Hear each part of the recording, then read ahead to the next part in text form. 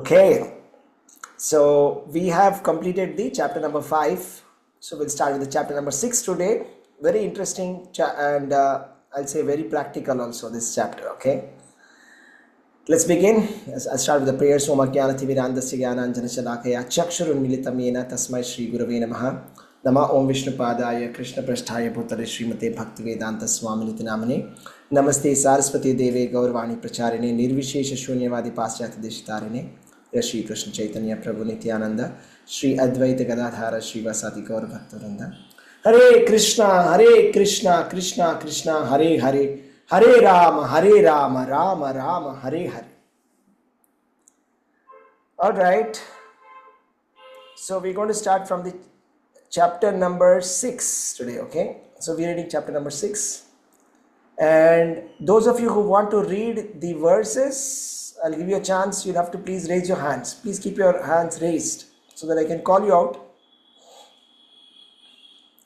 and kindly turn on your videos if that's possible. Please raise your hands and I will call out your name for reading out the shlokas. Yeah, otherwise I'll just randomly call. That's also okay. That's fine. Okay, let's do it. Okay, so here we are starting from chapter number 6, Dhyana Yoga.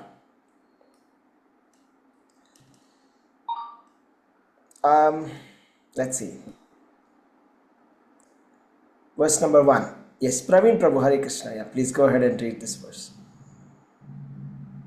Hare Krishna Prabhu, Gita. Om Namo Bhagavate Vasudevaya. Gita 6.1. Jai Srila Prabhupada. Shri Bhagavanu Vacha Anashritaha Karma Phalam Karyam Karma Karoti Yaha Sasanyasi Cha Yogi Chana Nirganan Chakriyaha.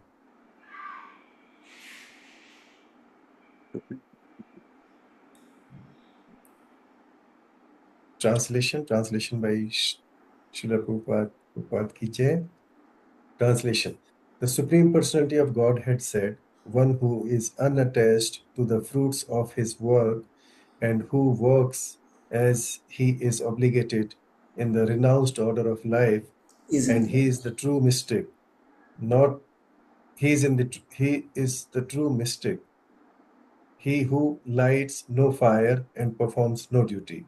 Hare Krishna Prabhu. Hare Krishna Prabhu. Okay, fine, thank you.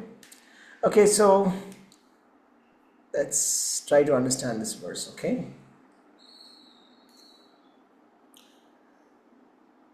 so here is the context, devotees. Dhyana Yoga. So we just completed the chapter number 5, that is work in Krishna consciousness. Karma Yoga, that is work in Krishna consciousness.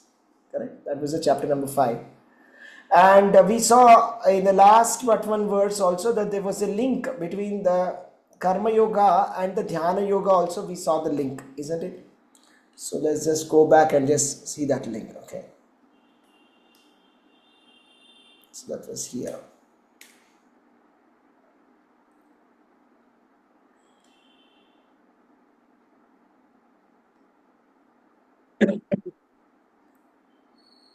It was here, which said Sparshan Kritva.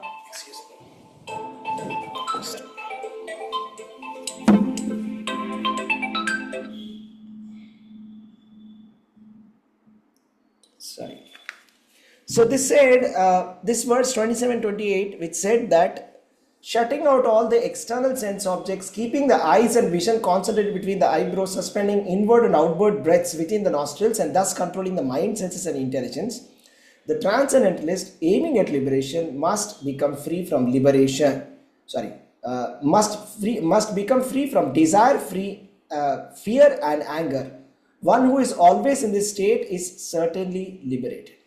Right? So this is the link, devotees. Like Krishna is hinting at how to attain this state, and he's talking about how yogis are, they are, closing their eyes, doing different meditation practices, that is dhyana, and they're able to control their mind, and then thus they become liberated. Okay, so now coming back to our chapter for today, this is Dhyana Yoga, chapter number 6, and Starting with Krishna's words, I mean, Krishna is continuing to speak. Arjuna is not asking any question. Arjuna's question was in the previous chapter, right? Anybody remembers what was Arjuna's question in the previous chapter?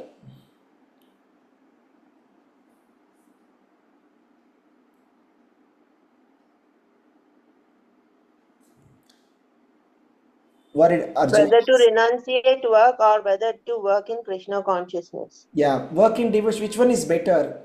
Work in Krishna consciousness or Whether to renounce work. yeah, whether to renounce work, or working in knowledge, whether it was whether knowledge or whether it should be working in Krishna consciousness, to renounce in knowledge or work in Krishna consciousness, something like that. So Krishna said working in Krishna consciousness, and then the link is, we saw the previous verse, and now we are here. Krishna is going to talk more about the eightfold yoga system, and we saw the eightfold yoga system also. It's called the Ashtanga Yoga. Ashtanga Yoga means 8. There are 8 processes, yeah? Kriyama, Niyama, Pratyahara, Pranayama, Asana, Dhyana, Dharana, Samadhi, all of this, right?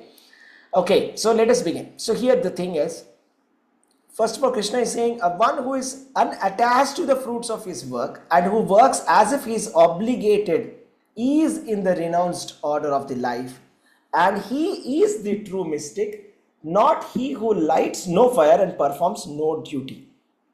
Okay, here in this verse, the important word that we have to underline or recollect or remember is that Krishna said, Anashritaha karma phalam. Anashritaha. Anashrita means, Anashrita karma phalam means without taking the shelter of karma phala, without taking the shelter of the result of the work. That means I shall not claim the result of my work. Whatever work I will do, I shall not claim that the result was mine. In simple words, I will never say that because of me this happened. That's it, simple. I will never claim the output as my work. Simple. And then karyam karma karoti yaha. Here the most important word for this verse is karyam. What is the meaning of karyam? Karyam karma means obligatory work. I mean, there is certain obligatory work that we are supposed to be doing. Right? All of us have some kind of obligatory work. And what is that? Right? See, we are spirit soul. Spirit soul doesn't have any activity. So as spirit soul, we don't have any work to be done. Krishna is the Supreme Personality of Godhead. He has also no work to be done. But when he comes, of course, he is doing the creation, maintenance and destruction. Apart from that, when he within the material world, when he is coming as Krishna, right, we are seeing that he is doing different activities, yes or no? Right? So when he came to Mathura, the first thing that he did was he released his father and mother from the clutches of Kamsa. Is it not? He killed Kamsa and released his parents first, and then made Ugrasena the king, and then he went to Sandipani Muni for studying. So that means Supreme Lord doesn't have any work to be done, but still he is performing obligatory work. Obligatory work means the work that he is supposed to be doing.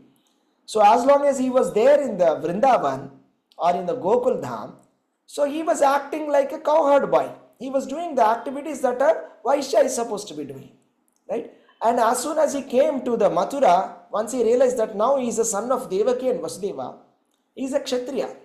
Now he is acting like a Kshatriya. He has killed his maternal uncle who was troubling his parents, right? And then he made Ugrasena the king, and then he is going for studies. He is going for Vedic studies. So he is going for Pathshala, Veda Pathshala, taking assistance of learning from the Guru, that is from Sandipani Muni. So he is doing karyam. Karyam means obligatory work. Obligatory work. So, but that work has to be done anashritaha karma phalam. It has to be acted without taking the shelter of the result of the work. If somebody can do their obligatory duty, if you can do your obligatory duty, whatever you are supposed to be doing, no doubt you are a spirit soul, you have no activity to be done, fine. But you are in the body right now and you are in certain varna, certain ashrama, certain obligations are there. So you do your activity, but without taking shelter of the karma phala, without taking the shelter of the fruits of the activity and giving it to the Supreme for the pleasure of the Supreme. If you do that, then such a person, Krishna is saying, sa sannyasi, sa yogi, he is a sannyasi. Such a person is a real sannyasi. This is called, see, this is like flipping the complete definition of a sannyasi, is it not? So, according to you, who is a sannyasi? Tell me. I mean, simple, a common man definition, let us discuss. Who is a sannyasi? Tell me. Huh? Who is a sannyasi? Who wears Hmm? saffron Who clothes? wears a saffron dress? What else? What are the other characteristics of a sannyasi? He goes off to the forest and he meditates. He goes to the forest, he's meditating, he's doing some meditation, or maybe he's doing some religious activities, something, some spiritual activities he's doing, right? Nothing material. And he's not doing any material activities. He's definitely not getting married, having children, anything like that. Correct, no? So Even that's what is it. not That's cooking what the we, food also, Prabhuji, right? yeah. He's having some Not kind of cooking any food, right? regulated. Yeah, it's not possible to not have food because his body is there, na. He'll have to eat something. No, not, I'm saying, Prabhuji, not cooking the food. Yeah, he should not be cooking the food also. Yeah, that's what we will. Yeah, he should not be cooking the food or doing any kind of karma kanda activities, like doing different kind of Vashvameda Correct. yajna, putra kameshti yajna, different any kind of yajna. He's not supposed to be doing any kind of things, right? That's what we, I mean, cooking for himself or any kind of activity he's not supposed to be doing. That's what is a definition that we understand. But Krishna is saying the real definition of sannyasi is this. Sa sannyasi. Who is a sannyasi? A real sannyasi is one who doesn't take the shelter of his results of work. Simple. This he repeats again and again and again and again and again and again. Same point. In the 18th chapter, Krishna will repeat the same point again, multiple times. Do not take shelter of your results of work. Just give the results of work to me. That's it.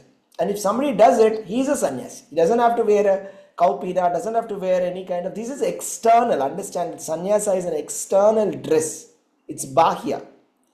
But internally, really a sannyasi is one who is acting for Krishna without any kind of a self-ego or without the claim of a proprietorship or entitlement kind of a mentality.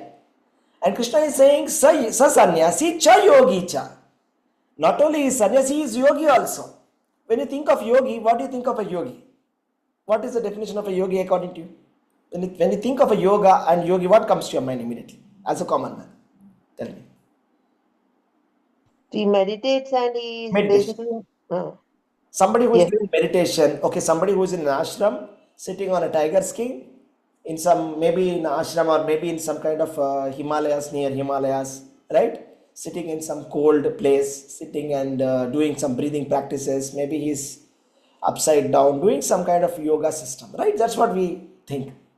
Krishna is saying, no, that is not a yogi. Not the person, na niragnir nacha kriyaha. Not the person who has stopped everything. Na niragni means he is not lighting fire. Sannyasi doesn't light fire, right? Because he is not cooking food, nor he is lighting the fire for any sacrifice.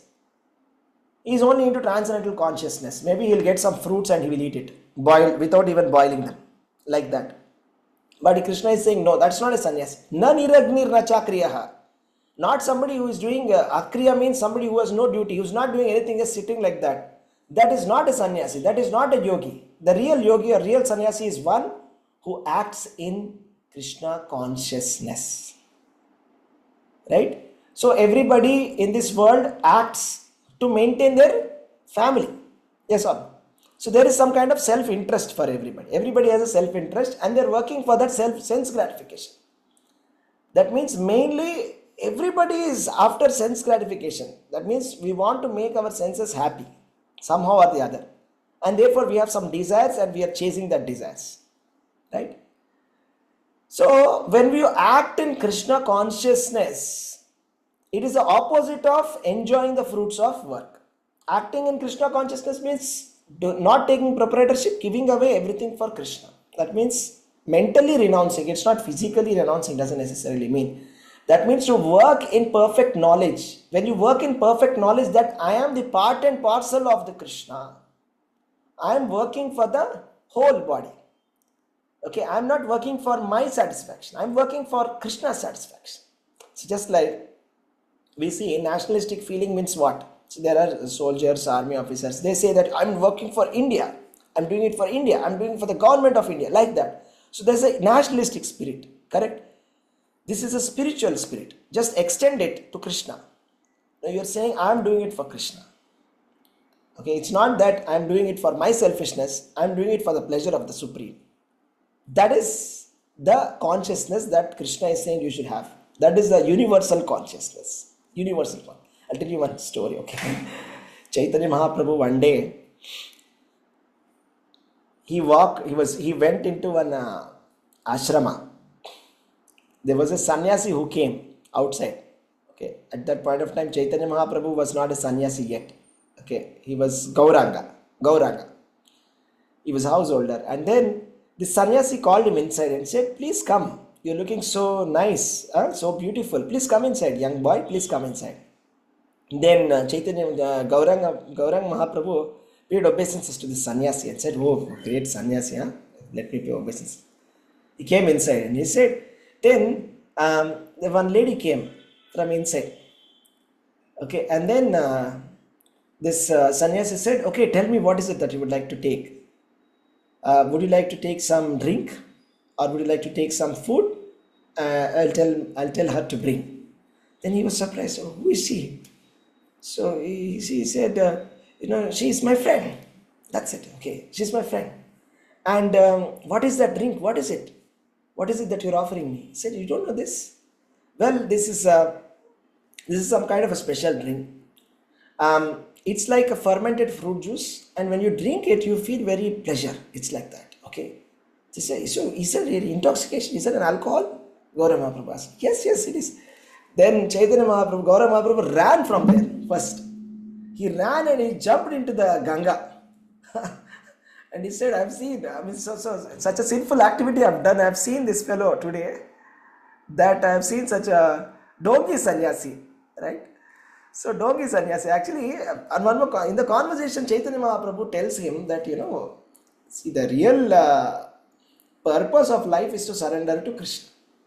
That is the purpose of life. Then sannyasi says, what is all this giving up for Krishna? We should enjoy life, right? Sannyasi is telling the opposite. Here, Gaurang Mahaprabhu he's a grihastha, and he's telling, see, the purpose of life is to work in Krishna consciousness. The purpose of life is to surrender to Krishna, to glorify Krishna, to become his devotee is the purpose of life. Chaitanya Mahaprabhu is saying. Then that donkey sannyasi is saying, what is this, yaar? What is all of this? Just have a drink and enjoy. Like that. So, that's what is a perfect example here, that, not artificial sannyasa doesn't help. I mean, stopping all the work and doing nothing. The sannyasis, sometimes they stop working and they take sannyasa and they think that they have become somebody. Now, of course, when we see sannyasi, we pay obeisances. Obviously, in India, that culture is there. Whenever we see any sannyasi, we pay obeisances, isn't it? It is a rule, Vedic rule. So, but just by changing the ashrama or changing dress, one should not think that he has become liberated already. Okay, that is not enough. That's the important point. So it's very easy to get a dress and wear, isn't it? Just like we have seen, the donkey sannyasi also is wearing, right? He's wearing. It's so easy to get some lion cloth and what is that, and saffron cloth, and wear it and just sit. And there may be some people who don't get married, or maybe who got late, or maybe who are not interested, they didn't get a job, they got frustrated in life, and simply they are wearing some saffron dress and going around here and there. Doesn't make it a sannyasi. Sannyasi means, that's what Krishna is saying, okay? Niragnir nachakriyaha. He must be in Krishna consciousness. Right? Again, a mystic. Let us talk about a yogi. Okay, yogi is also doing kind of a yoga system, is doing some kind of meditation, etc. But even a yogi also, who is doing meditation practice also, there is some kind of a personal desire is there. Yes or no? Think about it. See, karmi, a person, materialistic person, has a desire, obviously. He wants to get married, he wants to satisfy his senses, wants to have some, have a lot of money, accumulate money and enjoy. Enjoyment mentality is there. And what about this jnani? Jnani, he doesn't have material desire. But he has a desire that he wants to become one with the impersonal Brahman. So that is also one kind of a desire. It's a different kind of desire, but still a desire. It's not called desireless yet. Right? It's called moksha kami. Moksha kami means that's also kama. That is also one kind of desire. That I want moksha. The yogi, this meditation system, when they do it for some kind of ashta siddhi. Have you heard of this ashta siddhi, mystic power? Yes, mystic powers. There are some yogis who can levitate themselves, who can become very small. They at the same time they can be in different places. Sometimes they can do vashikaran. They can read your mind, or sometimes they can control somebody. They can destroy a planet somewhere. There's so many different kind of siddhis are there. So for this kind of ashta siddhis, these people are meditating. So that is also not completely pure. That is also not desirelessness. So even this jnani who is formally a sannyasi and this yogi who is sitting and doing some meditation, both of them, we cannot call them a real yogi or a real sannyasi. They are just namesake yogi, namesake sannyasi. A real yogi, a real sannyasi is one who wants to serve Krishna. That's all. There's a verse in Shikshashtakam. Nadhanam najanam. Anybody can read out that verse? Najanam najanam nasundari. Anybody can sing that song? Najanam nadhanam nasundari. Yeah. Shikshashtakam. Unmute and tell.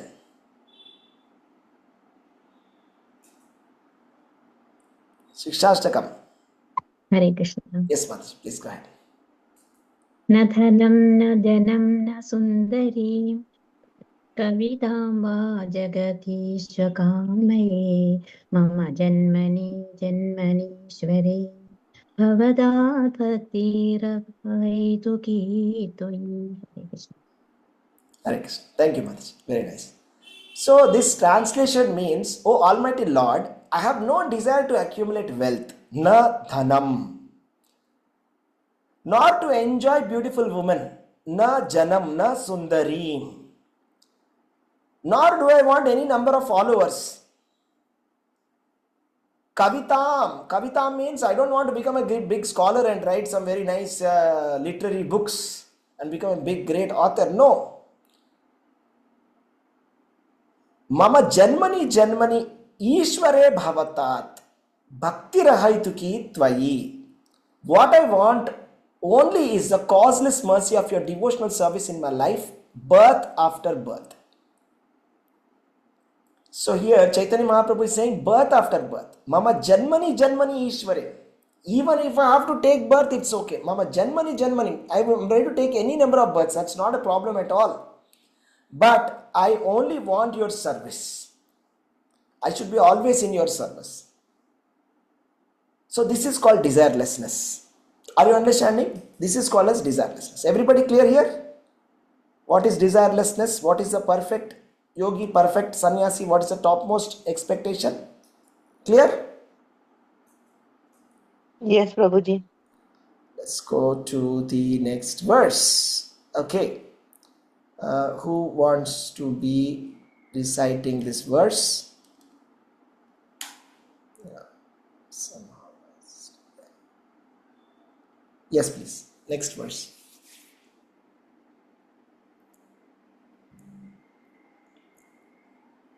Yeah, I'll just call somebody from here. Okay, Chaitanya Mataji, will you be able to read? Yes, Prabhuji.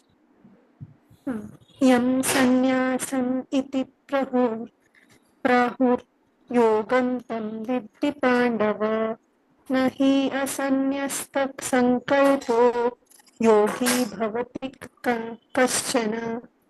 Translation: what is called renunciation you should know to be the same as yoga, or linking oneself with the Supreme.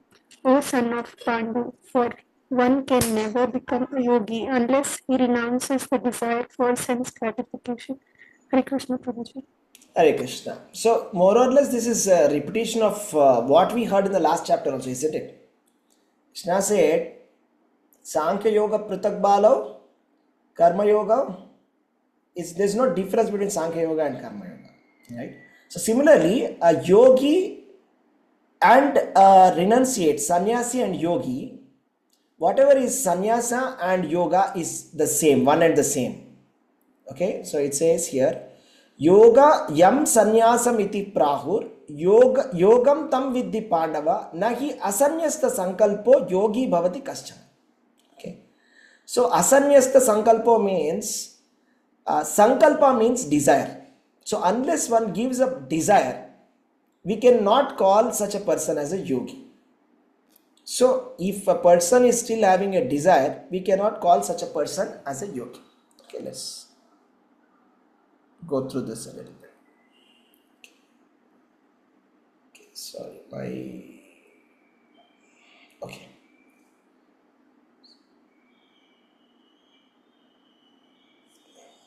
Let's go through this. Okay. So sannyasa yoga. What is the meaning of sannyasa yoga? Sannyasa yoga is same as bhakti. That means unconditional surrender to understand our position. Who am I? What is my position? As the living entity, I am part and parcel of Krishna, and I shall act accordingly.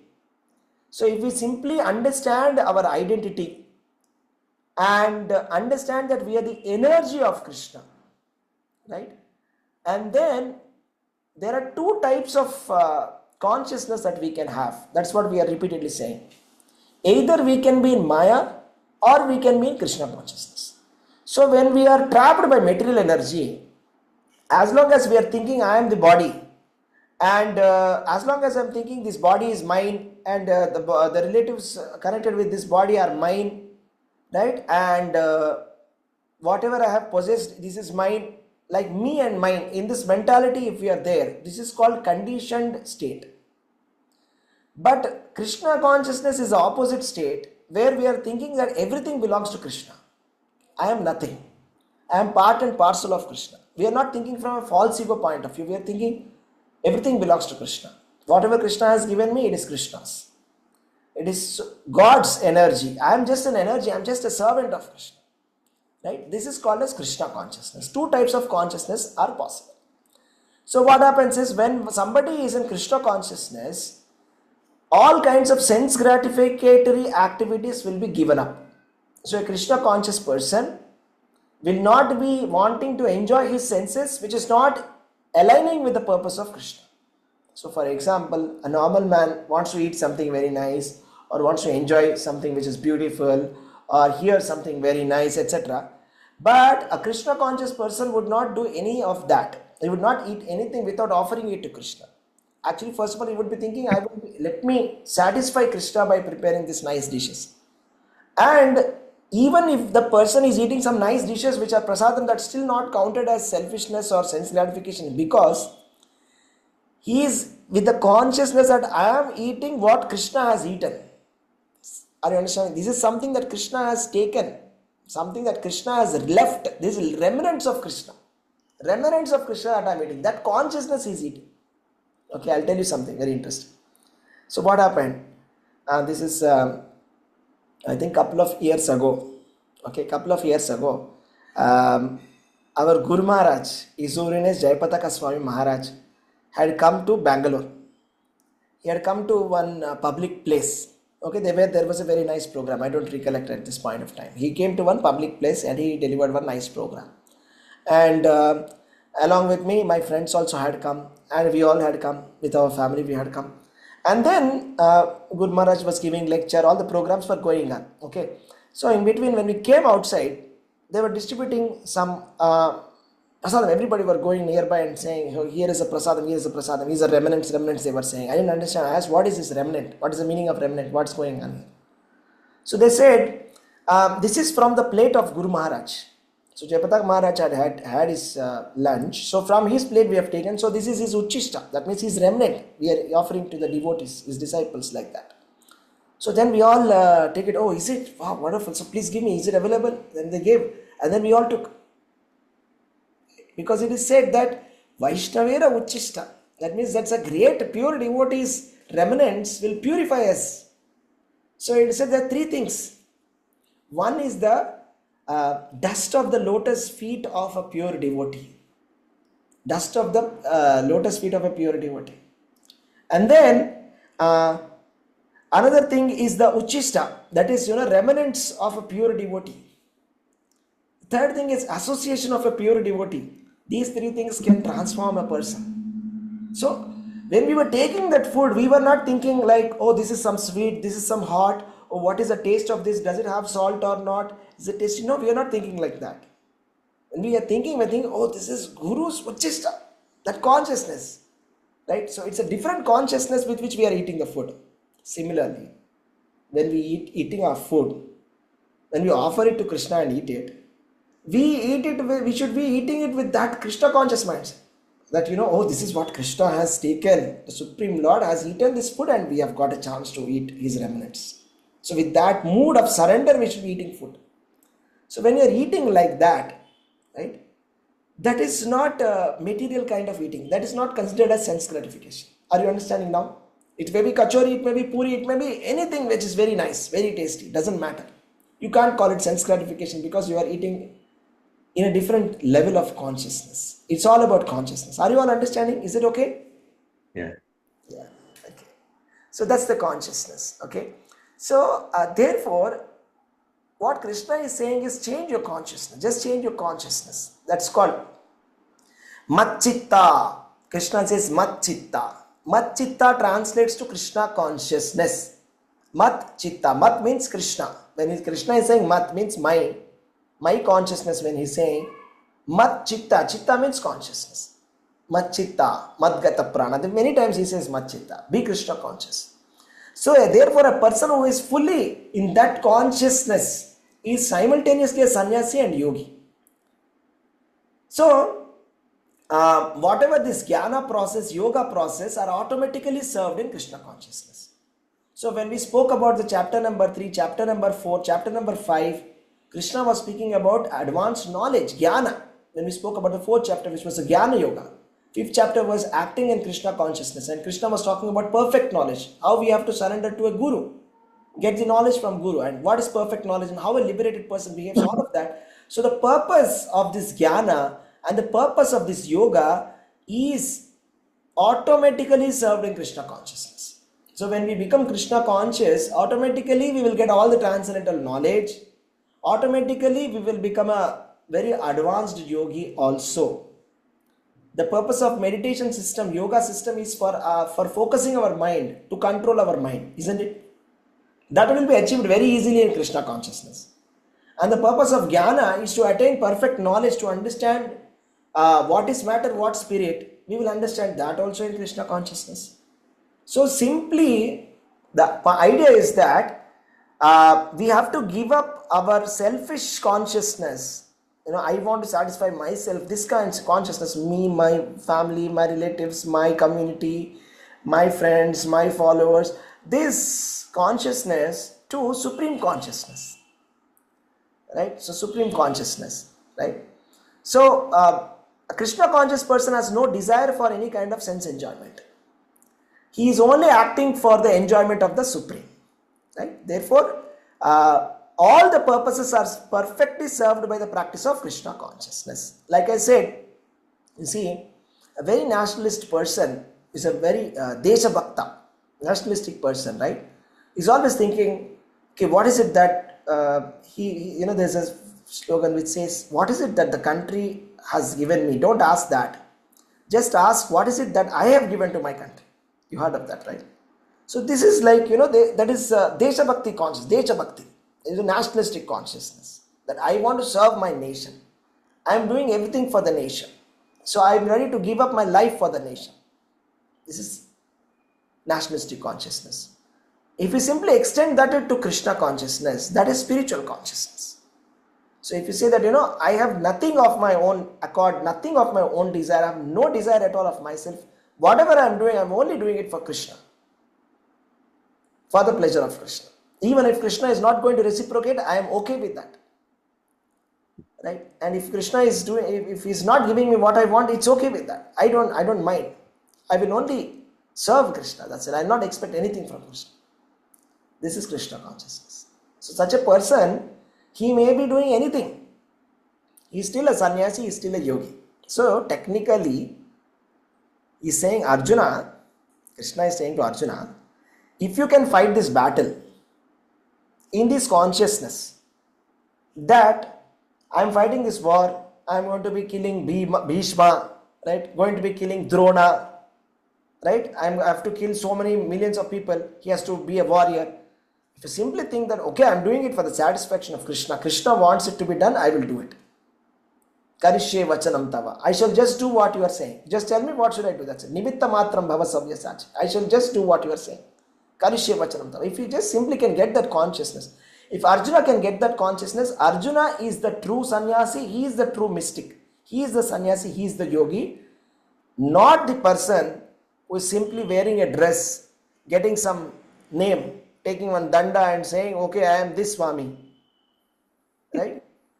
So, whatever, some name will come for the sannyasi, right? So, some Ananda.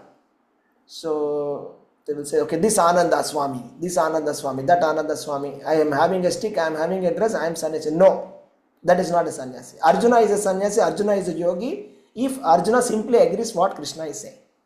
Clear? Let's go to the next one. Anybody has any questions?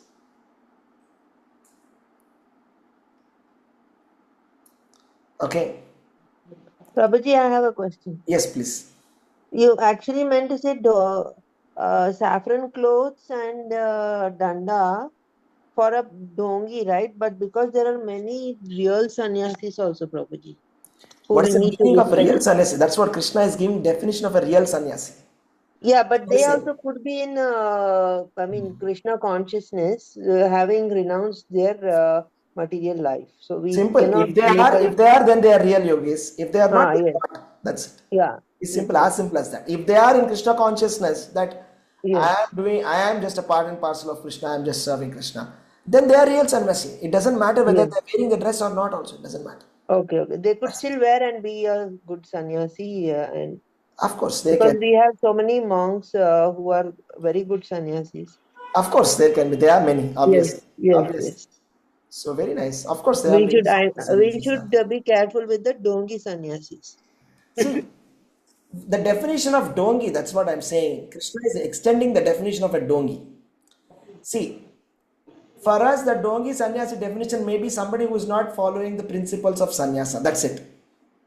Somebody who is just associating with women or somebody who is taking alcohol. That's it. Right? Yes or no?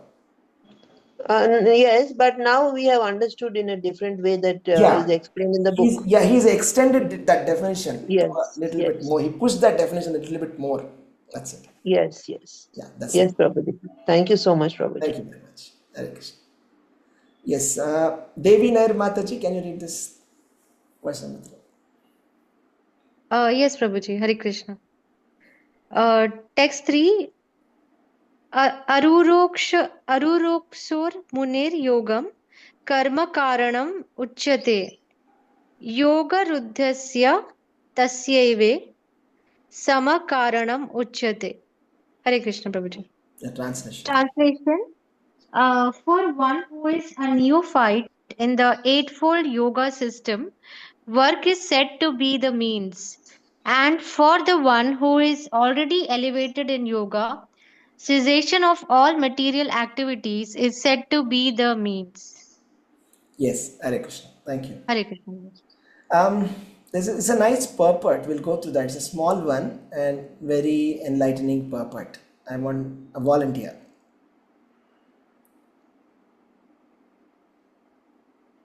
Sumit Prabhu, yeah, go ahead. Hare Krishna, Prabhuji. The process of linking oneself with the Supreme. Go ahead, Sumit Prabhu. Okay, Prabhuji. The process of linking oneself with the Supreme is called yoga. It may be compared to a ladder for attaining the topmost spiritual realization. This ladder begins from the lowest material condition of the living entity and rises up to perfect self-realization in pure spiritual life. According to various elevations, different parts of the ladder are known by different names. But in all, the complete ladder is called yoga and may be divided into three parts, namely Jnana Yoga, Dhyana Yoga, and Bhakti Yoga. The beginning of the ladder is called Yoga Rurukshu stage, and the highest range is called Yoga Rudha. Concerning the Eightfold Yoga system, attempts in the beginning to enter into meditation through regulative principles of life and practice of different sitting postures, which are more or less bodily exercises, are considered fruitive material activities. All such activities lead to achieving perfect mental equilibrium to control the senses. When one is accomplished in the practice of meditation, he ceases for he ceases all disturbing mental activities. A Krishna conscious person, however, is situated from the beginning on the platform of meditation because he always think of Krishna and begin consistently engaged in the service of Krishna. He is considered to have ceased all material activities. Hare Krishna Prabhuji. Thank Hare, you. Hare Krishna. Thank you, Ram. Well, this verse is about a ladder. Okay, let's talk about the ladder. What is this ladder all about? So again, let's see this. Arurukshor Munir Yogam. Okay, when there is a line above it, we should say it A. Okay, it's here Arurukshor. Okay, here also it's not, it's Karanam like that. Yogarudhasya Tasyaiva. Because there's a line above it. Okay, again here. So when I read it, it should be like Arurukshor Munir Yogam Karma Karanam Uchyate Yogarudhasya. So again, Yogarudhasya Tasyaiva Shama Karanam Uchyate. Now let's discuss this verse. For the one, Aruruksho means somebody who has just begun yoga. Aruruksho means somebody who is just about to be climbing. Actually, literal translation of Aruruksho means somebody who is at the beginning of climbing something. Right? For example, we say Arohana, Avarohana in singing. Sarigama, Padanisa, Sanida, Pamagarisa. Right? When you're going up, it's called Arohana. You're going up. From below, you're going up. So, Arurukshor Munir Yoga means somebody who is at the beginning, first level, beginner level, who has just begun the yoga. For such a person, Karma Karana Muchyate. That means work is the means for such a person who is in the beginning. Neophyte must be working. And the person who is in the elevated stage, cessation of all material activities is said to be the means. Cessation of the material activities is said to be the means. So that means it depends upon where the person is, on which. So there's, just imagine a ladder here, and when the person has come to the final stage of the ladder, okay, at that point of time, such a person is not obliged to do any work. At that point of time, he can actually give up everything because he's come to a very advanced stage now. Okay, but for somebody who is beginner, work itself is the means of liberation. So I hope that's clear. Work itself is the means for liberation. That means, in simple words, a beginner who has just started spiritual life must not give up, working at any cost, because work itself, the prescribed duty itself, is a medicine. Sometimes it is said food is also a medicine. Food also can become a medicine, provided it is done in a proper way. Correct? For example, I don't know, sometimes it's possible that, there can be some Ayurvedic doctor who can say, okay, you stop eating rice, stop eating this, you have got some stomach problem, you eat this and you eat this combination of this, you take these herbs and you eat this food like this for 10 days, you have some semi-solid food for 5 days, and liquid food for a couple of days, and slowly some process formula they give, okay, let's say. So then food itself is a medicine. There is no new medicine given. Food itself is a medicine. Similarly, work itself is a means of yoga, okay, when you do it in the proper way. When you are doing your obligatory work in the consciousness that Krishna is saying, work itself becomes a means of liberation. Right? So I'll tell you one story, okay. There was one person called Raghunath Das Goswami. He is a great devotee, Raghunath Das Goswami. When he goes to Chaitanya Mahaprabhu, he's actually a very rich person, okay. Raghunath Das Goswami is a very rich guy. And he's coming from very, very rich family. Very rich. I mean, Ambani's and all are nothing in front of his family. He was so rich. And he was so attracted to Chaitanya Mahaprabhu. And he wanted to give up everything. And every time he's saying that, I want to give up, I want to give up. So his parents thought, okay, why is this person like this? Why is our son like this? Maybe he's not married, that's why. Let's do one thing. Let's find the best girl possible. and they found the most beautiful woman, and they got him married to him, thinking that okay, now this fellow will change. But nothing changed. Raghunath Das Goswami was still saying the same thing. I want to go to Chaitanya Mahaprabhu, I want to give up everything, like that. Continuously saying the same thing. So they said, what should we do now? Let's put some people, and let's put some guards, and he has so many security. They can afford so much. So they had always vigilance, always constant security. Raghunath Das Goswami always watching him. What is he doing? What is he doing? So when he's about to jump the wall, they'll catch him and pull him back. Say, you can't go, sir. So he was always trying and just seeing who is not available, who is not there. He'll just run off. Then, his mother and father were discussing, and mother tells to the father, what should we do now? What should we do now? How can we stop my son from running away like this? So the father said, what can we do? We have all the wealth of the world. We have married him to the most beautiful woman on the earth.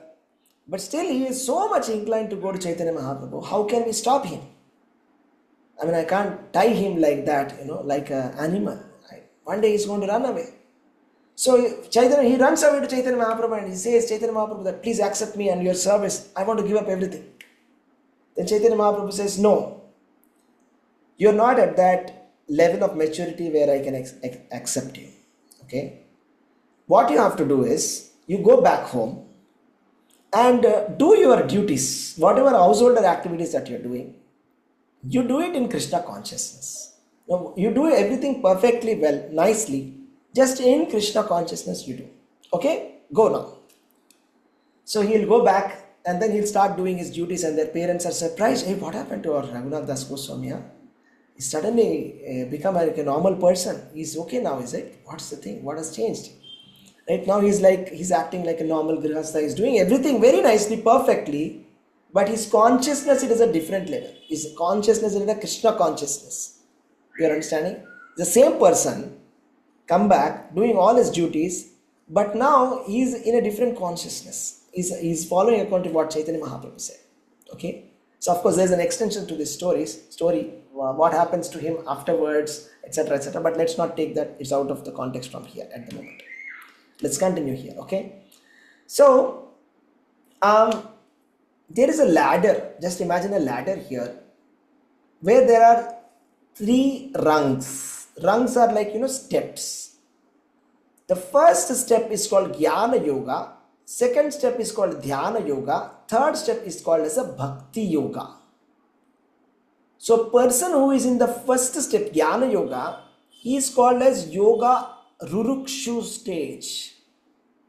Means in the beginning, a person, he gets a little bit attracted to spiritual talks, just thinking that impersonalism, just thinking that, okay, actually everything is impersonal, something like that, some kind of beginner level spirituality knowledge. Okay, actually we are not even the body, we are the soul. There's only one pervasive consciousness which is there all over the world. This kind of thought process, okay, this is Jnana Yoga. But that's Yoga Rurukshu stage. It's only the first rung of the ladder. It's not the Yoga Rudha stage, okay? So for a person in Jnana Yoga, he is not allowed to renounce all his activities. It's not allowed. He has to still follow whatever his prescribed duties are. Even if he is a sannyasi, he has to follow whatever a sannyasi is supposed to be doing. A sannyasi also has some obligatory activities that are supposed to be done every day. For example, taking bath 3 times a day, and doing so many other ritualistic activities that a sannyasi is supposed to be. That also he has to do obligatorily. Next, if he little bit advances, he will come to the stage of Dhyana Yogi. Dhyana is like meditation. So he will come to some kind of a meditation system where it is some kind of practical action. So instead of so far like theoretical knowledge is more or less speculation. So always discuss, I am thinking always Aham Brahmasmi, oh I am the pervasive, all pervasive, I am Brahman, like that. It's a mental speculation level, it's just theoretical level. Theoretically we can say so many things, right? So but practical is what is when you are doing something. So how do you implement something practically? Okay, just by saying Aham Brahmasmi, it's not enough, isn't it? You have to practically do something. Next, so that practical action is your meditation system. Okay, somebody who has understood, okay, I am the Brahman, okay, I am spiritual, I am not this body. Now let me do some action. What should I do now? Okay, let me sit and meditate. and then I'll sit down and meditate. So that is like a little better step, the second step of yoga ladder. Now the second step, we are in the second step. Now after meditation, you are getting your sense control, mind control, you are able to control your mind very nicely. You can withdraw your mind from different sense objects quickly. Fine. But that's not the end at all. It's still not the end of it. It's still in the middle, second rung only. To come to the third rung. Third rung is Machitta Madgata Prana Bodhayanta Parasparam. Going to the next level. Krishna says, no, Maya, what is that? Mayeva mana atastva mayi buddhim niveshaya. Nivasishyasi mayeva atavurdvam na samshaya. Mayeva mana atastva mayi buddhim niveshaya. Always thinking about Krishna. Always in Krishna consciousness. Nivasishyasi mayeva. Always in Krishna consciousness. Such a person is very elevated, extraordinary. So that stage has to come. That stage has to come. That is Bhakti Yoga. Example is Prahlad Maharaj. So Prahlad Maharaj, what was he doing? He was a 5-year-old boy. 5-year-old boy Prahlad Maharaj. And it is given in Srimad Bhagavatam his activities, what he was doing.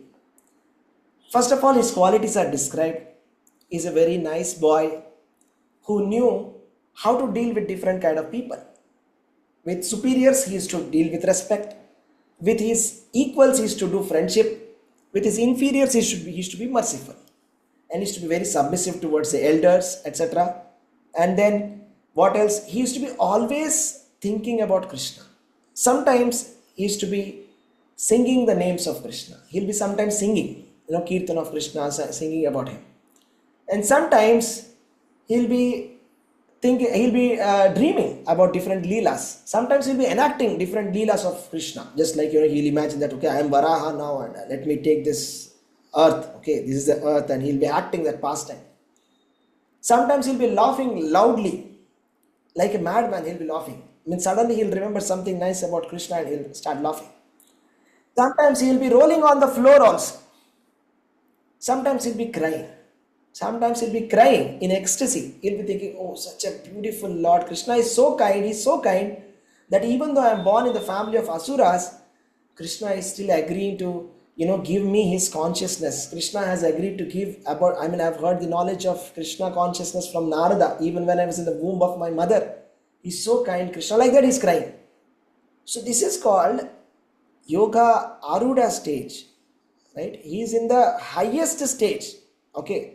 He is in the topmost stage. So in that stage, even when somebody is trying to kill him also, Vishnu is coming and saving him. Right? So whatever is happening, he is under complete protection. Right? So this is called as a Yoga Aruda. So that is a Bhakti Yoga is the topmost yoga system. So how are we saying that? Is it because we are simply saying that because we are from a Bhakti Yoga school? Are we saying it out of bias? No. Same thing Krishna is saying. Krishna said, in multiple shlokas, he says, even at the end of this chapter, on the 6th chapter, he says, Yoginam api sarvesham madgate nantaratmana.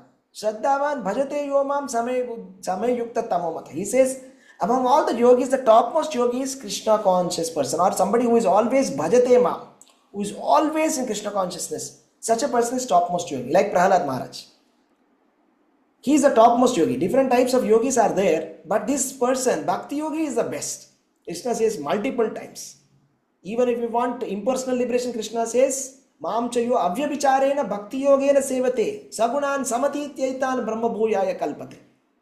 When you do avyabicharena bhakti yogena sevate, then only you will get Brahman realization also, Krishna says. So like that he says, bhaktyamam abhijanati. Always he says, he gives multiple options. And then he tells you what is the best also. Right? So it's like this, right? So Krishna is presenting multiple options to Arjuna. Sometimes, very expert salesman, puts multiple options in front of us. Okay, what is it that you want to buy? Do you want to buy this, or do you want to buy this, or do you want to buy this? Okay, so the expert salesman will put it in such a way that he'll put something which is very expensive also, and he will show you that, you'll feel, oh, this is very expensive. No, I don't want it. This is too low quality, and something very low quality will be there, and then that will also be, no, I don't want it. Okay, this is balance, I want this. Something like that. So Krishna is presenting multiple options, and he will make Arjuna to come to select what he wants him to select. That's it. By repeatedly saying what is Bhakti Yoga. right? So that is interesting. So coming back to the verse,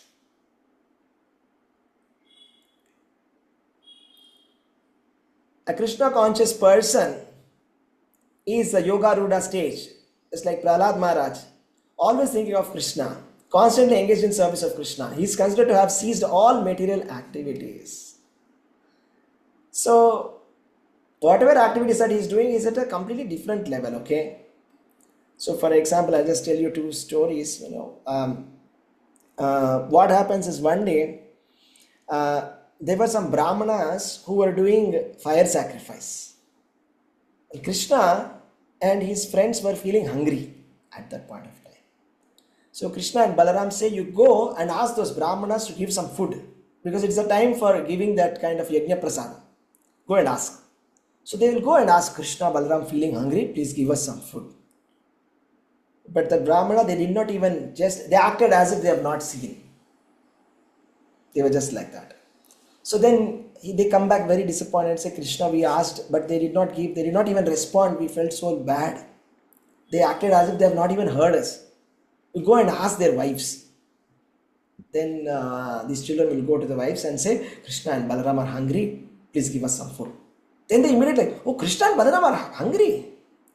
Wonderful, let me pack some food, and started packing food, all of that, and they started to leave. And then the brahmanas were like, hello, where are you going? Where are you all going? You won't ask any permission, huh? We'll go like that. He says, no, but Krishna and Balaram are hungry. There is a problem. We have to go. He said, no, you cannot go. We will not give you permission. If you go from outside from here, we will not allow you to come inside. Be careful. You will not go. That's it. They said, okay, do whatever you want to do. We are going. They go. And then they give food to Krishna, and Krishna becomes so pleased. Right? Krishna becomes so pleased. He says, okay, thank you so much. Thank you for delivering, food delivery. Please put it there. We will eat it. Now you can leave. You can leave from here.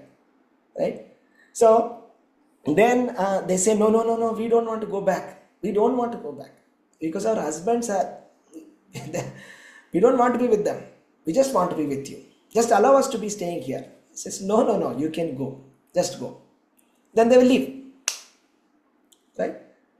So in another scenario, Krishna at the midnight at 12 o'clock, he is playing flute. And all the gopis, whatever work they were doing, they stopped. And they ran towards the forest. And they came towards Krishna. And Krishna asked, what is the time? What is the time? It's midnight, 12 o'clock. Is it the time to come out? Girls from nice families, will they come outside like this? For some other boy like this? Is it not a shameful act? You people have come here? No. You people should go back. Please do your dharma. Do your dharma. Go. Then they will convince Krishna, says, we will never go. We will never go. Okay? We will not go. Why are you cheating us like this? Actually, what is that? They are like, our husband is a dummy husband. You are the real husband. So for every living entity, Krishna is a Bharta. He is the original master. He is the original maintainer. Not a dummy.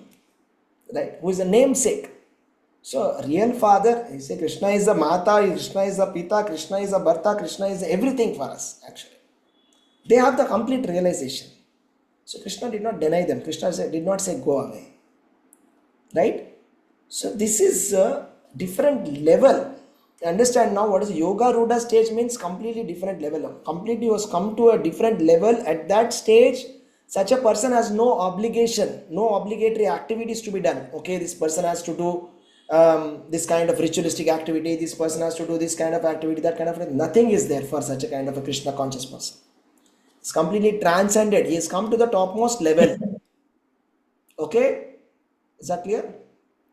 Let's go. Right. Let's discuss this. Who's here? Okay. Gangaya Prabhu, can you read this fourth one?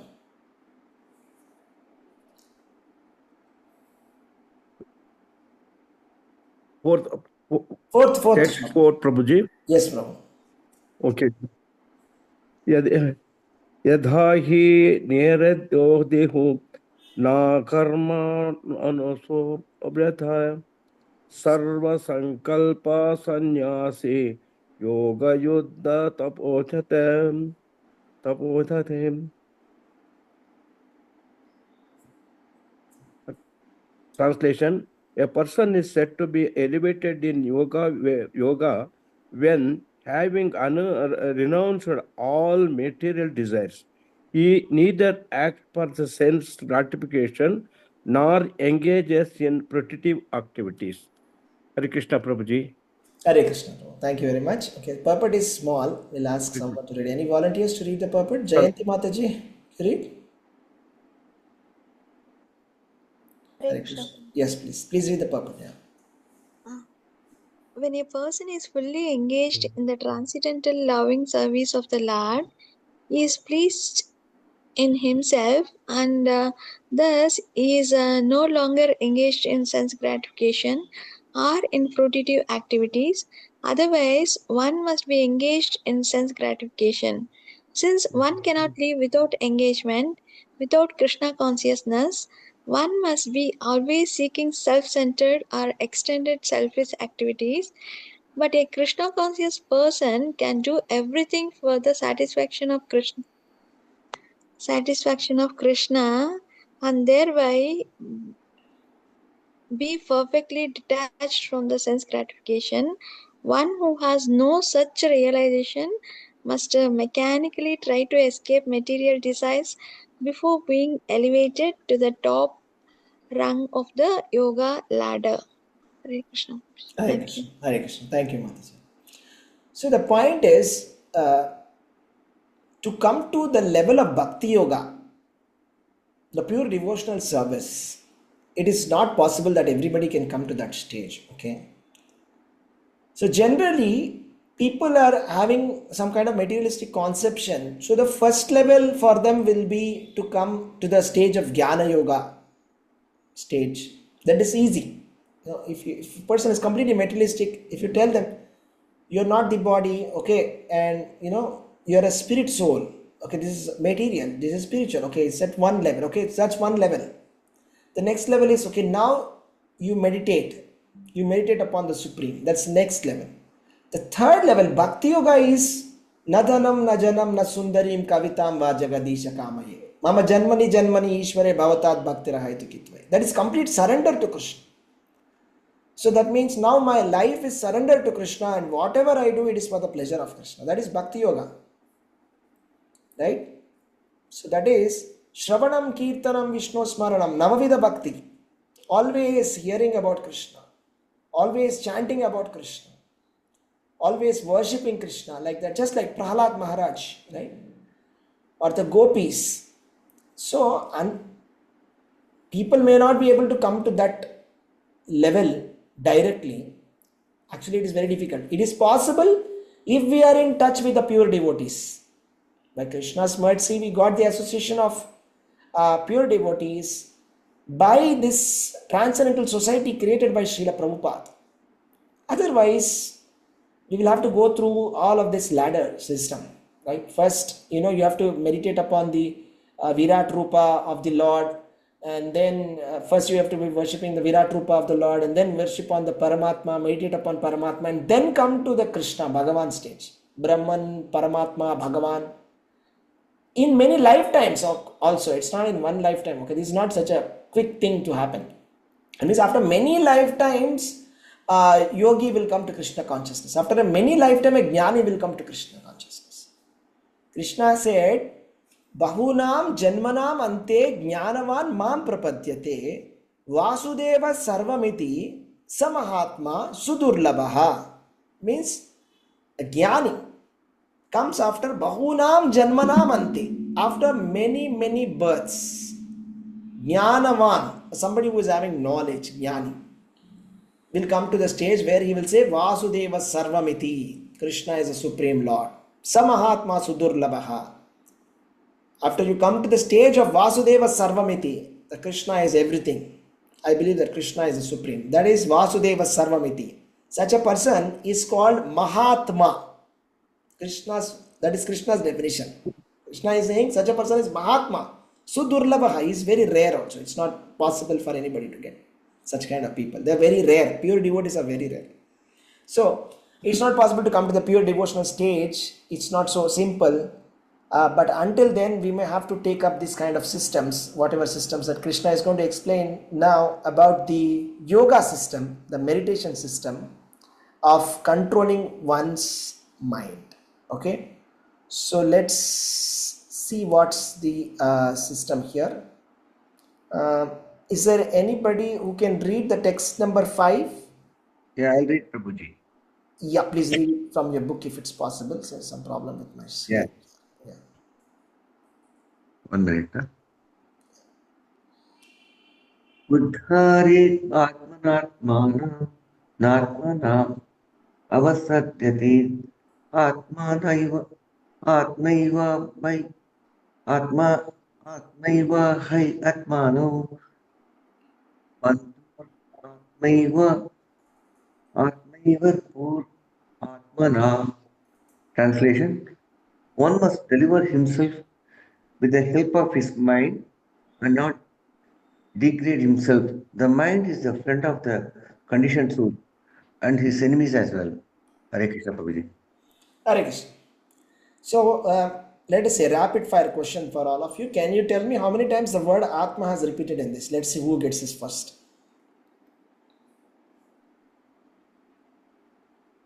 6, Prabhuji. Okay.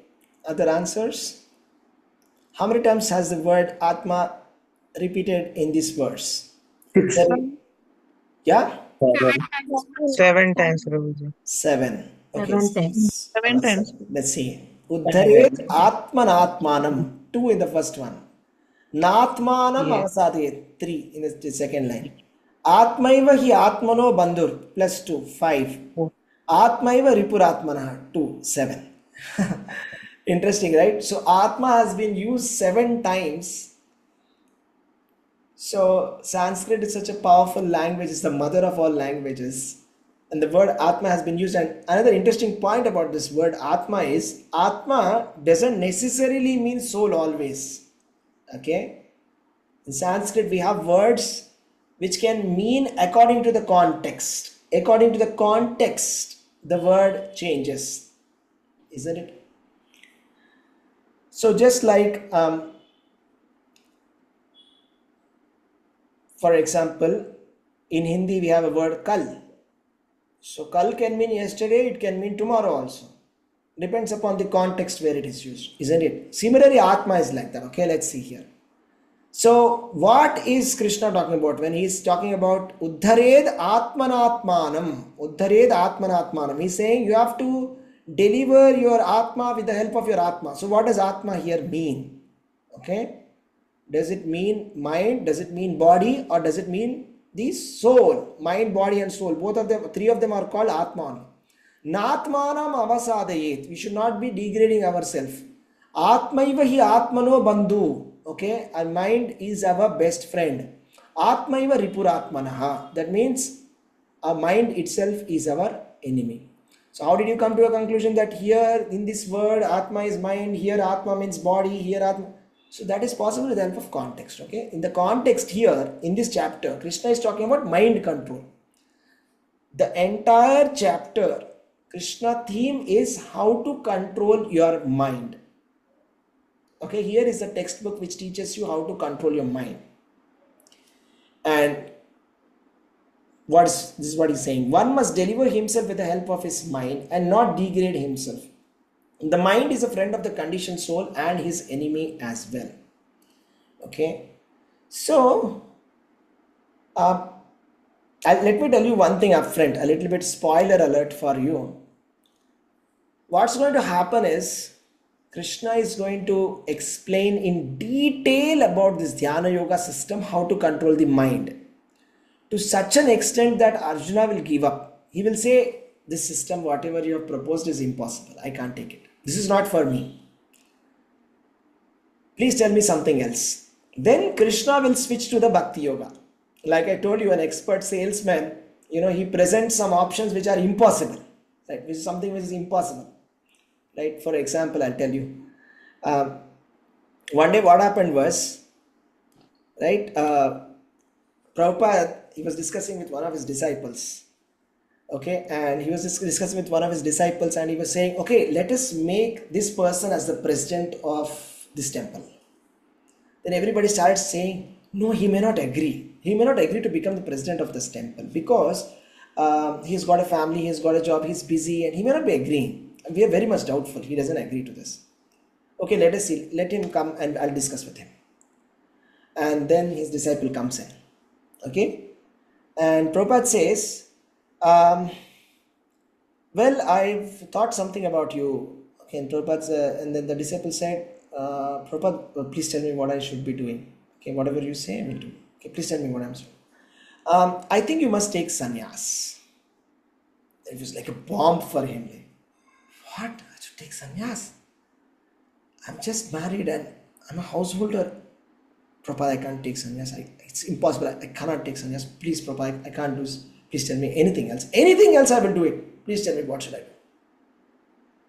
Okay, do one thing, become the president of this temple. He says, yes, I will become. I agree. He went out. And then everybody came, how did you convince him, Prabhupada? How did you convince him? Right? So just see, Prabhupada put something which is like impossible to do as an option, alternate option. And obviously like, I cannot do it, tell me something else, and this person agreed.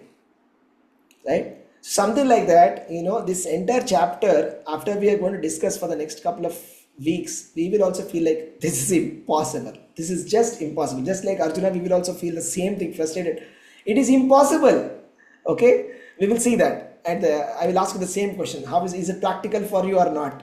We will see if you're going to give the same reaction as Arjuna or you're going to give some other reaction. We'll see that. So now Krishna is just getting started from this verse. Okay, what is this yoga system all about? How to control your mind? Okay, in simple words, this is all about controlling your mind. Krishna says, Hatha yoga system is all about controlling your mind. So mind is everything here, okay? And actually mind is everything. The Atma Bindu Upanishad saying here, Mana eva manushyanam karanam bandha mokshayo bandhaya vishaya sango muktyai nirvishayam manaha. Mana eva manushyanam karanam bandha mokshayo means, for a man, mind is the cause of the bondage. Mind is the cause of liberation. It's everything is in mind. When our mind gets absorbed in sense objects, it becomes bondage. When mind becomes absorbed in Krishna, it causes liberation. There are two types of ways in which you can engage your mind. One way to engage your mind is Savai mana Krishna padara vindayo. Savai mana Krishna padara vindayo. That means Ambarish Maharaj, he used to always put his mind meditating about the lotus feet of Krishna. Or Prahlad Maharaj always meditating upon Vishnu. That is one way, right? Other way of engaging our senses is engaging in sense gratification. Putting our mind in the indriyarthas. That means in the sense objects. Either we can put in sense objects, thinking about a movie or thinking about a nice social media or something like that. Okay, anything which is entertaining, some nice food. Okay, let me go to this hotel. This is one way of engaging your mind. Okay, thinking about some celebrity. Okay, this is such a Ronaldo is such a nice football player. Oh, I like this celebrity. This actor is so nice. The singer is so beautiful. He sings so nice. This politician is such a wonderful politician. He's such a great man. I admire him so much. This is one way of engaging your mind, which causes bondage. Mana eva manushyanam karanam bandha moksha. And the other one is to think about Krishna and about his devotees. They're thinking about the different qualities of Krishna, thinking about meditating upon the pastimes of Krishna is moksha. Okay, simple. It's just in our hands how we want to engage our mind. So let's continue to the next verse, sixth one. Who wants to read the sixth one? Anybody wants to read the sixth one? May I, Prabhuji? Yeah, please go ahead. Sixth one. Hare Krishna, Prabhuji. Bandhur atmatmanastasya enatmaivatmana jitaha anatmanastu satrutve vartetatmaiva satruvat. Translation. Prabhuji. For him who has conquered the mind is the best of friends, but for one who has failed to do so, his mind will remain the greatest enemy. Hare Krishna. Hare Thank you, Krishna. Mataji. Any volunteers for reading a purport? It's a short one. We can read the purport. Shall I complete, Prabhuji? Yeah, okay, continue, please. The purpose of practicing Eightfold Yoga is to control the mind in order to make it a friend in discharging the human mission. Unless the mind is controlled, the practice of yoga for show is simply a waste of time. One who cannot control his mind lives always with the greatest enemy, and thus his life and its mission are spoiled. The constitutional position of the living entity is to carry out the order of the superior. As long as one's mind remains an unconquered enemy, one has to serve the dictations of lust, anger, avarice, illusion, etc. But when the mind is conquered, one voluntarily agrees to abide by the dictation of the personality of Godhead, who is situated within the heart of everyone as Paramatma. Real yoga practice entails meeting the Paramatma within the heart and then following his dictation. For one who takes to Krishna consciousness directly, perfect surrender to the dictation of the Lord follows automatically. Hare Krishna Prabhu. Hare Krishna, Mataji. So the yoga system is to meet Paramatma within the heart. The first thing is we have to meet Paramatma within the heart. Paramatma is present in our heart. And then the second step is to follow his dictation. So Paramatma within the heart, God has got a dictation for us. God has got a command for us. He wants us to do something. He is very clear about what he wants. His expectations are very clear. If you read Bhagavad Gita multiple times, Krishna is very clearly saying what he wants us to do. It's so clear. What is it that he likes? What is it that he doesn't like? He very openly, clearly says. So, the purpose of this final yoga system is to say yes to Krishna. Finally, that's the main point. We should be ready to say yes to Krishna. That's the main point. So, without our mind being controlled, okay, this practice of yoga system is simply a waste of time. Okay, if we continue to do different kinds of yoga practices for different, so many yoga systems are present, okay, all over the world today. Now it's like exploded. We are celebrating the World Yoga Day also, that thousands of yoga teachers now, thousands of systems that they've created. But at the end of the day, if we can't control our mind, it's all a simple waste of time. That's it.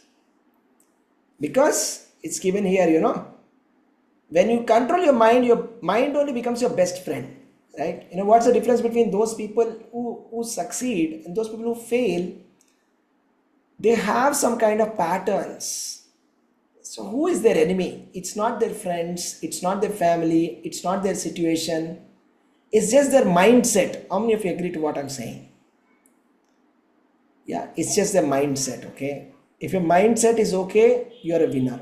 If your mindset is not okay, you're not a winner. So you have to first work on your mindset. So first you have to set your mind.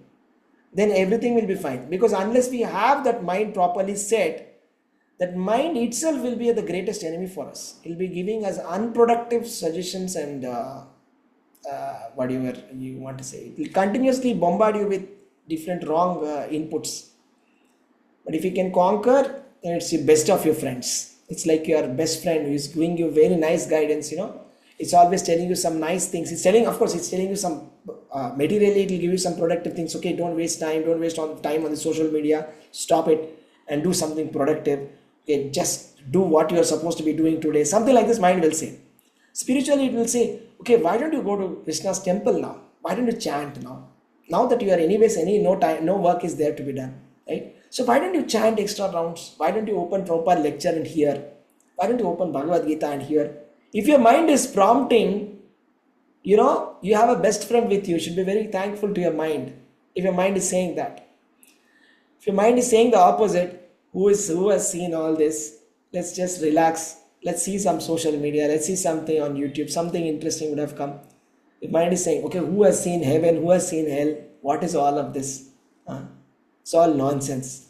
So many people, these yogis, gyanis, they went to the forest. They are, doing so many different kinds of austerities. Finally, what did they get? Nothing. Leave it. Just enjoy that moment. If your mind is saying, then you don't have enemies outside. Where is the enemy? It's right here. It's right with you. Okay, your enemy is right with you. Okay, so you have to decide, where is your enemy? Enemy is not outside, enemy is inside. Okay, our mind is our enemy. If it's not telling us something for our long-term benefit, Shreya, if it is not giving you inputs for Shreya, so Shreya and Priya, right? Priya means, if you talk about it simple, so Priya means just enjoy today. So I got some money, let me enjoy today. That is Priya, just enjoy. Shreya means, okay, let me not enjoy, let me invest. Let me invest and see how I can compound this amount and get something so that in future I can be happy. That is long-term benefit. Similarly, whatever activities that I'm doing today, am I just enjoying it? Or shall I become Krishna conscious, which is going to give me a long-term benefit? Forever I can be happy. Forever I can enjoy transcendental bliss. I will exit from this material world. Such a wonderful thing is possible. Why don't I do that? If mind is saying, that is Shreyas. If our mind is saying for Shreyas, then our mind is our best friend. If it is saying for prayers, it's saying just spend the money, whatever you get, forget it. Okay, buy that, whatever latest thing comes. It's okay, we will see. Then that's worst enemy, right? That's it. Okay, devotees, any questions? We'll stop here. Any questions that you have for today? Just got started with the mind. Any questions that you have, or any clarifications, any reflections? Okay.